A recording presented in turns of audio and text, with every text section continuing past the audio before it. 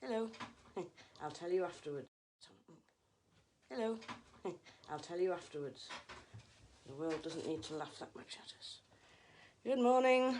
Anybody? Nobody there yet. Good morning. Find my best angle. Show the mess. Good morning. Oh, morning, Stephen.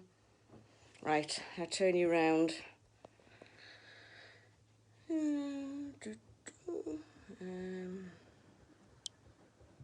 There we are. Thank you.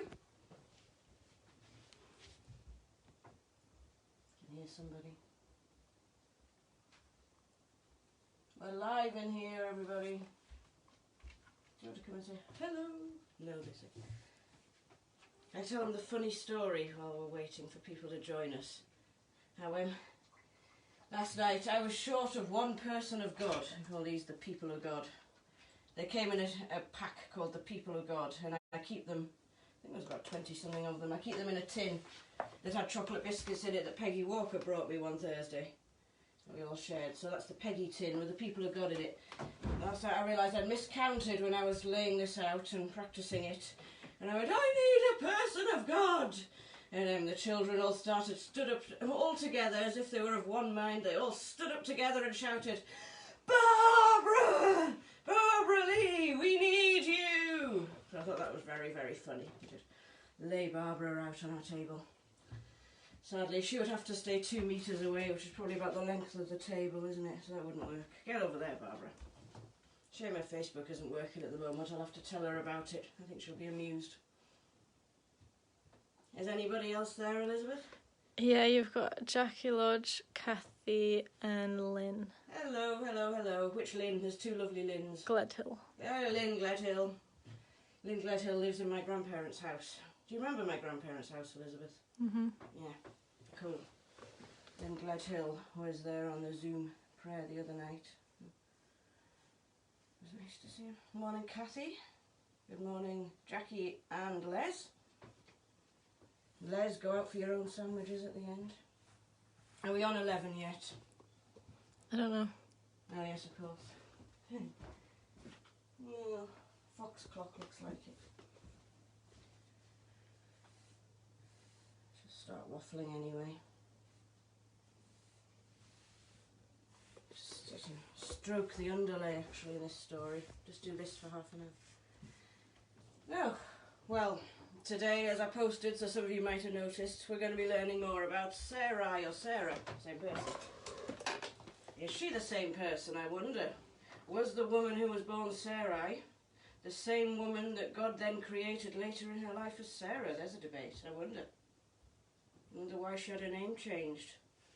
I wonder if she changed, if God changed her, or if God changed her circumstances. That's too deep, let's leave that for now. Yeah.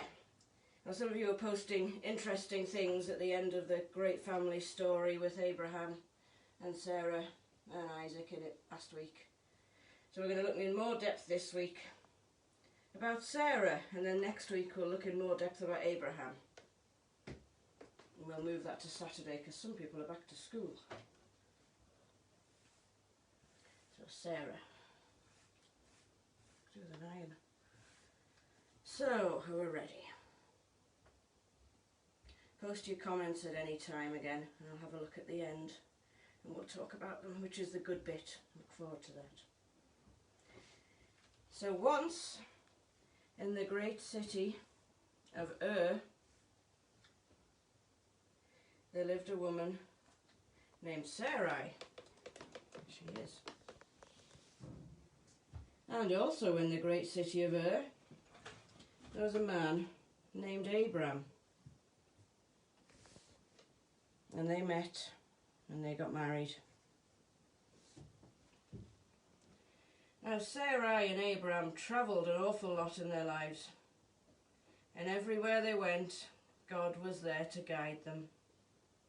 And everywhere they went, when they got there, or wherever they stopped, they stayed in tents.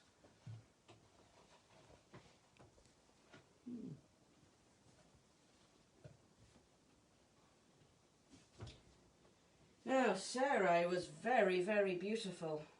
Her name means princess, and she was very beautiful even when she was old. She was so beautiful that when they were in Egypt, the king of Egypt, called the Pharaoh, he wanted Sarai for himself. And when he found out that Sarai and Abraham were married, he sent them away. So they came back to the land of Canaan, to a place called Hebron, where they pitched their tents for the last time. Now, Sarai and Abraham had been married for a very long time, lots of years, but they had no children. And God had told Sarai and Abraham that Sarai was going to be the mother and Abraham was going to be the father of a great family. And so this really worried Sarai.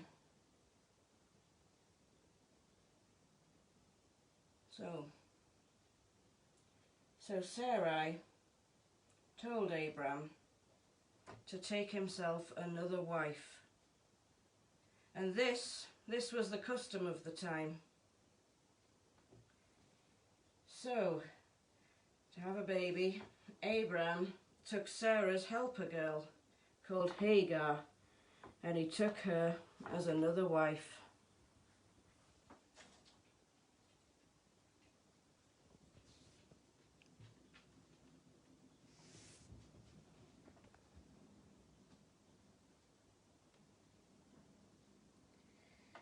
And then Hagar was about to have a baby.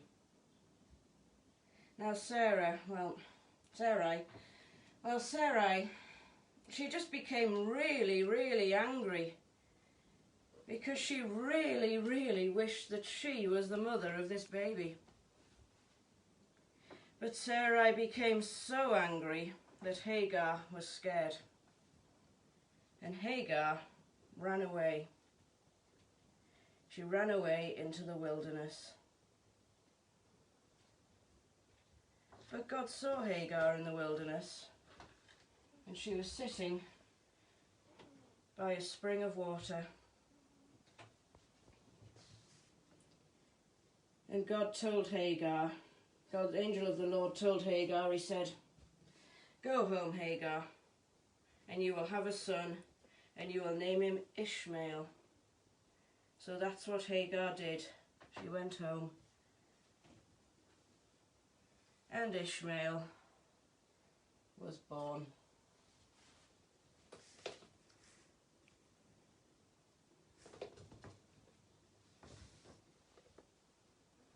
Now years passed, and God spoke with Abram and said, "You and I will always be together, and Sarai will be the mother of a great family, and you will be the father."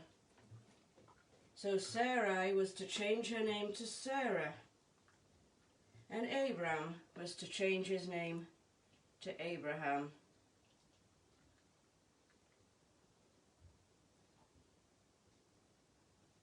And time passed.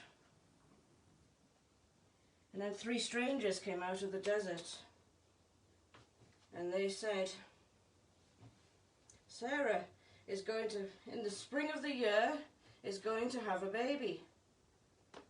Now Sarah just laughed, because she was just so old. She was too old. And the strangers said, "Sarah, did you laugh?" And she said, "No," because all of a sudden she was scared. But you know what? The spring of the year came round, and Sarah had that baby.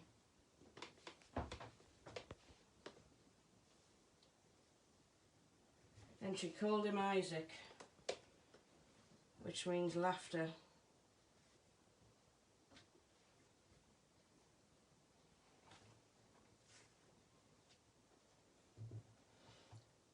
And then when Isaac was a boy, Sarah saw Ishmael, Hagar's son, playing with him. And Sarah became angry all over again, and she told Abraham to send them away. So that's what Abraham did. He gave Hagar a sack of bread and some water, and he sent her and Ishmael out into the desert.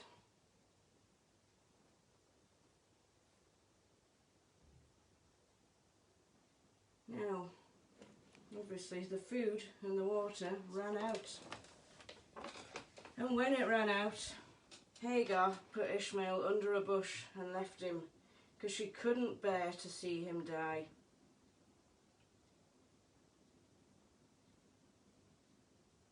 But Ishmael cried.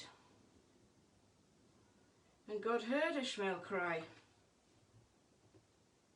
And God sent an angel of the Lord to Hagar, who said, Hagar, open your eyes. Now Hagar opened her eyes and she saw a spring of water. So Hagar and Ishmael drank from that spring and they lived. And their family is still alive today.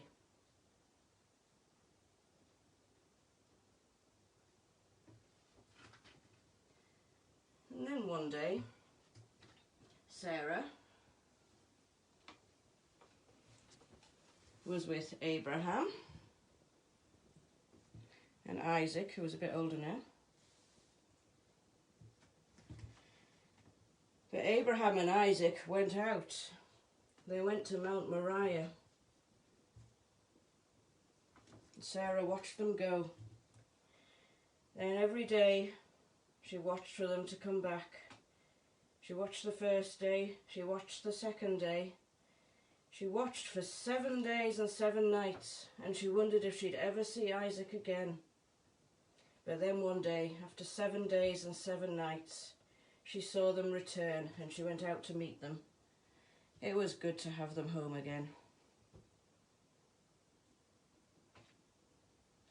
By now Sarah was very old and full of years. So Sarah died.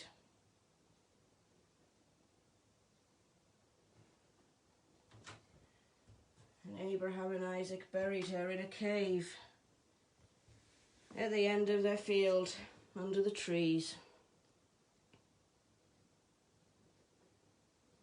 And Isaac grew up and he married Rebecca. And Rebecca and Isaac had twins. And so the great family grew. So,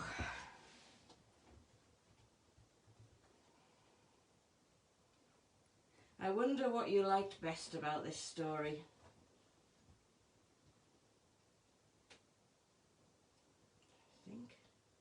I like it all. I've really enjoyed preparing this one and last week. Seem to feel some affinity with this story at the moment. I don't know why. I don't like some of the bits. Some of them are quite hard to understand, I think. Any responses? No. Everyone's gone to put the coffee on. Well, Stephen says, families, eh? Yeah, family chaos to the extreme. I got grumpy about some housework yesterday. Sarah gets her husband to take a new wife because she can't have a baby, then they send them away to die. Yeah. It's good to know that it's not just us that sometimes have a bit of a kerfuffle going on there. Bit of tension.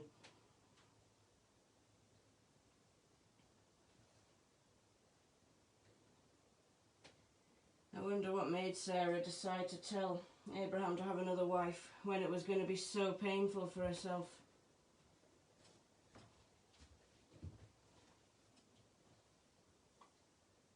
I wonder if she really thought that that baby would feel like hers.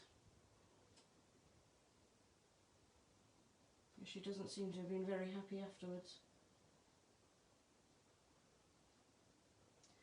I wonder if there's a bit of the story that anyone thinks is most important. Kathy says it was good that there was water in the desert to save Hagar and Ishmael. It was, yeah. I've often wondered if that's miracle water or whether she just didn't see it because she was past herself by then. Doesn't matter, does it? Or does it? So I suppose God didn't leave Hagar and Ishmael, even if Abraham did. Wonder about Abraham in this story. He's the father of our religion, isn't he? He's the father. He's the main head patriarch. We light the candle for in Advent. And he's going, yes, wife. Some bread. Go in the desert. That's really hard.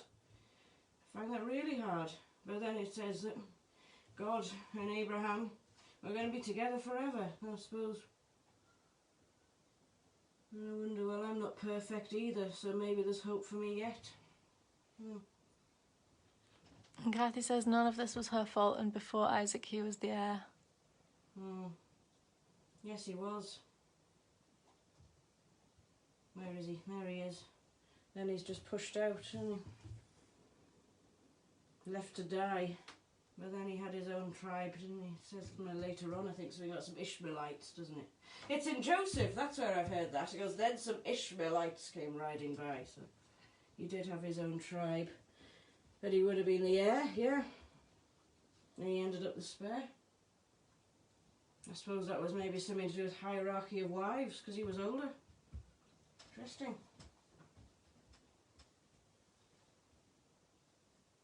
Wonder how Ishmael felt, because he must have been, seeing as how it said years passed after that bit to this bit where the strangers come out of the desert. He must have been quite an older child, wasn't he? I wonder how he felt.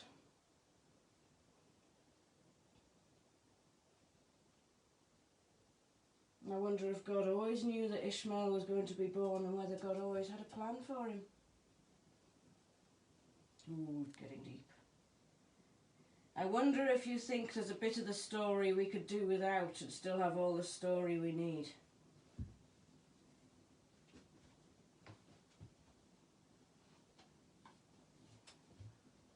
What do you think, Stevie?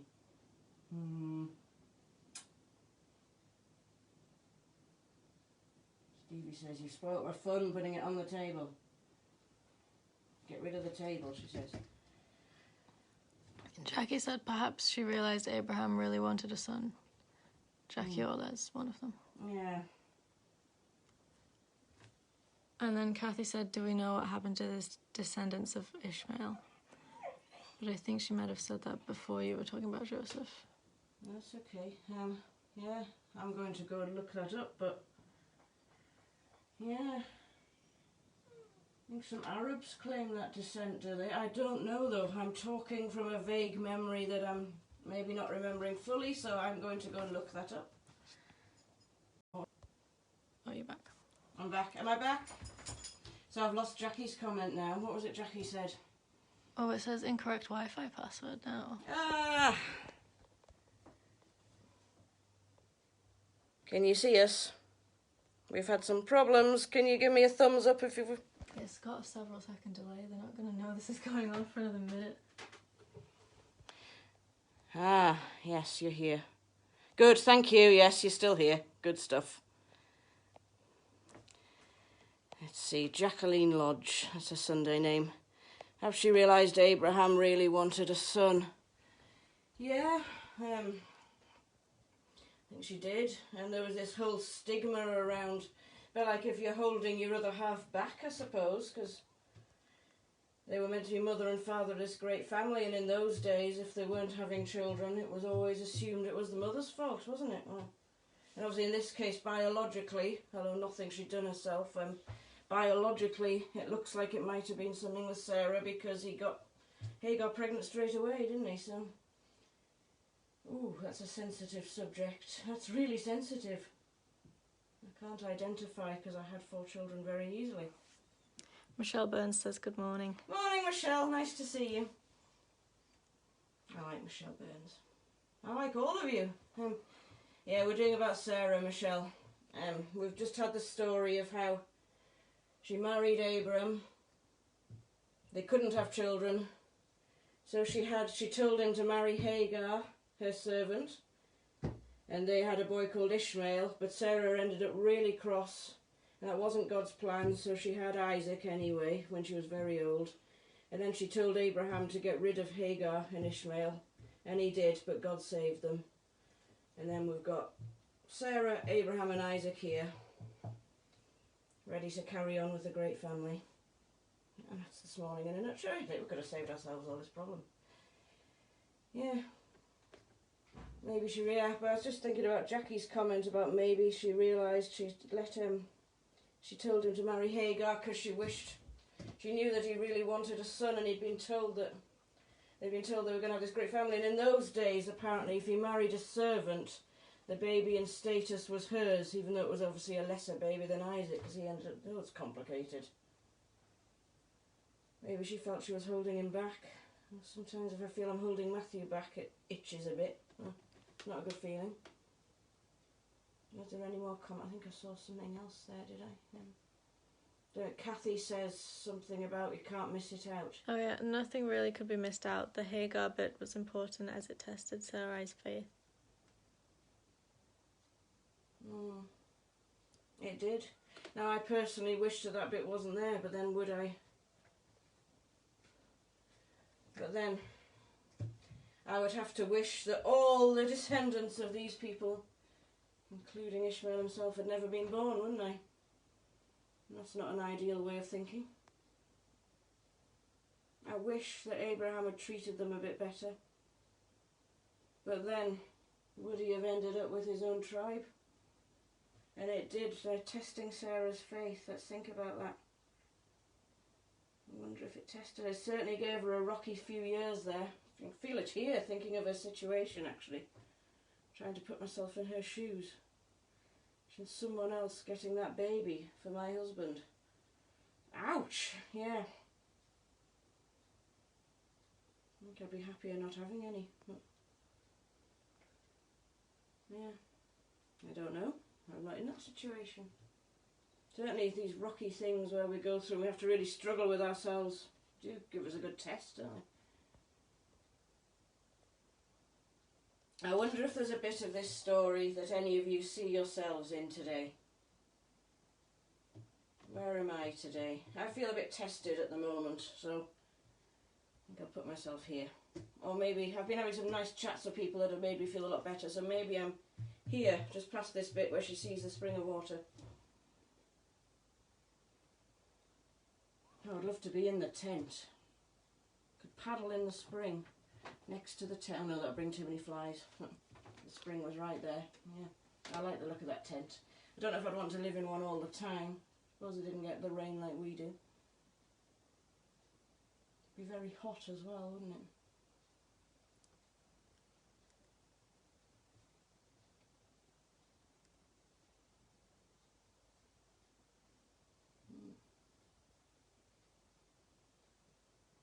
Wish I'd made my cave more cave-like. That looks just like a very open thing. Wish I could Can't see it very well because it's backlit.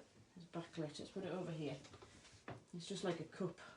Wish I could have made it so there was a hole and then it was all hollow inside. We made this when I went to the Godly Play conference last year, which was absolutely brilliant. And I went to a workshop day on the first in Sheffield. I went to a workshop day on the Friday. We had to pick our workshops. I was very, very new to it then. I'd only had my certificate for about 6 months and I didn't have many materials. So I signed up for this one that it was going to be a day of making 2 stories and having 2 stories to take home, and this was one of them. They gave me 4 people of God. I've got my own now and I had to substitute. The dog got hold of some of them, unfortunately. Well, we sat and knitted in the afternoon. I knitted these. People were learning how to crochet. Their blankets looked lovely, but I'm not very spatially aware. I would have been on all, so I just sat and knitted. I knitted these 2 blankies. That's what we called them in the northeast, blankies. Stephen says, what was the motivation for their actions? What was the motivation for their actions? Which actions, I suppose? The travelling. I think they were just very close to God and they seemed to know God wanted them to, but I wonder if God picked them in particular because they were the kind of people that really enjoyed travelling, maybe. Was that a marriage of convenience there? I wonder if God put that in them.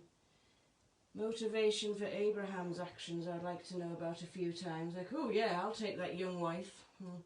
Or was he genuinely, was his heart for God? And yeah, maybe this will solve my problem. I need to have these children for God. I wonder. Kathy says, I think Ishmael was 14 by the time Isaac was born, so it must have been very difficult for him. That sounds about right, yes. Gosh, 14. If he'd been a girl, he would have been getting married in those days. Yeah, so he wasn't really a boy. A boy, like we imagine. He was a young man. Yeah, I think that would leave you with some issues there. Hagar doesn't seem to have had a right lot of control over anything except choosing to run away, has she? And you can't blame her for that. Well, maybe you could. Stay put. Submit. Don't know.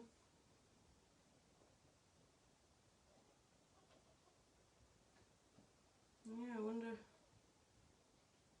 what motivated Abraham to go along with his wife so easily in some of these things.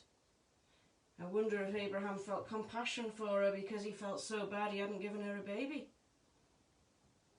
I wonder if Abraham himself was worried because he knew he had to be father of his great family.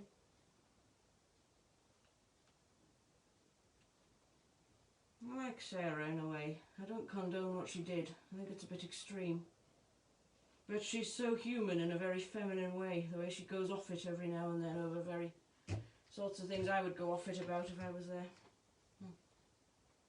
Was it agreed that he would take a wife who could bear children? It says that Sarah told him to, and so he did. And it was certainly perfectly legal and perfectly normal within the custom to take your wife's servant girl as another wife to have even more children. Would that be his primary motivation?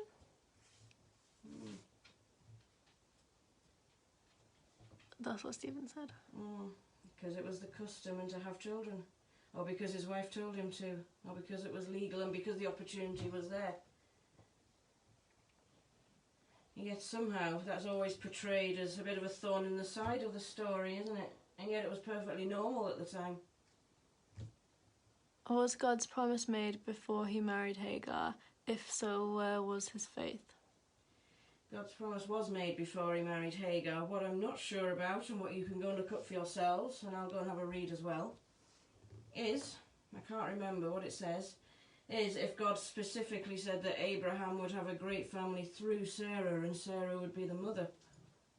And also that in itself would be open to interpretation because she would legally be considered the mother of Ishmael to some extent, because it was her servant girl's baby.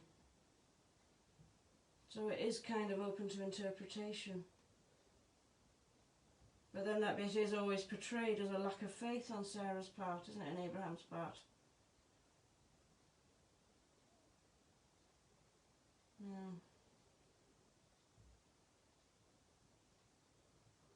Yeah, I wonder if we can ever know what their motivations were from this distance, looking back up down through time. I wonder if we see ourselves in any of this, or any of them in us, in what we do. I think it's a very human story.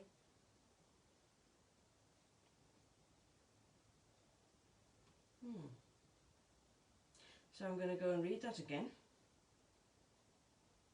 And I encourage you to do the same. Genesis, fairly near the beginning, so I can't remember what chapter. Genesis goes, creation, Noah, Tower of Babel after that, and then we start getting on with Abraham. Can you remember anything before that, Elizabeth, that I've missed out? You just sort of flick through those bits, you can see it. Creation, Noah, Tower of Babel. And then the story of Abraham is actually really, really long because there's all these diversions into Lot's story as well, which we touched on last week. But you can pick out the bits, or you can sit and read it all with a gin and tonic later. My tutor actually told me to do that when I was at Murfield. It was in the first year of my pastoral ministry course, and she said, I encourage you all to read the Gospel of John in one go, she said. Sit on a Sunday afternoon with a gin and tonic. Very good idea. So, I'm going to be wondering about this for the rest of the day, like I say. Any children joining us, you might want to do an activity now to help you think about this. You might want to build something with your construction toys, if you have any. I mean, you can build with anything. I've got loads of cardboard boxes from all those Amazon deliveries at the moment, and other deliveries. You can read, you can paint. Adults can do this as well. Keeps me sane sometimes.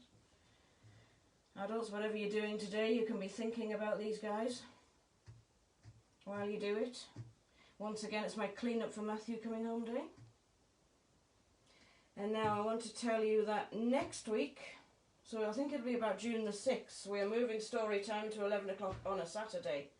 Partly because the Super Justice League pointed out to me in Grimsby that they're going back to school because they've got a reception person in their house and the mum has to go back to work. Charlotte's going back to work, so we'll pray for them. And it'll be the same for some other people that have been watching, not known to me. And partly because uni's kind of got in the way and given me loads of webinars on Friday, so that kind of all fits and it feels right to move it to a Saturday. So we're going to be looking at Abraham a week on Saturday, and then we'll see what to do with story time after that. Because obviously some kids are still going to be at home. If any are watching, I hope they are. Give your friends a plug, it'll be on the Facebook page if they want an RE lesson this week. So, I'll pray for everybody and then we'll go. So Lord, I thank you so much that these people joined us today. And I want to really thank you for Sarah. Thank you for her in her completely different society, but in her completely familiar humanity. I pray for the descendants of Sarah, the descendants of Hagar. I pray for women, Lord. I pray for women and men, the power struggles, the hormones, the love, the laughter, the joy, the dissent, the painful situations. Translate that into people locked down together at the moment still, Lord. And I thank you for the faithful people of this benefice. I pray that they're going to take something to think about from this. That you'll give them a really lovely day as we plod on now. In your name, Lord. Amen. Is that it? Nobody said anything else? Well, thank you for listening to my excessive waffle at the end this morning. I got very waffly there. I hope you've enjoyed it. And yeah, see you all soon. Bye-bye.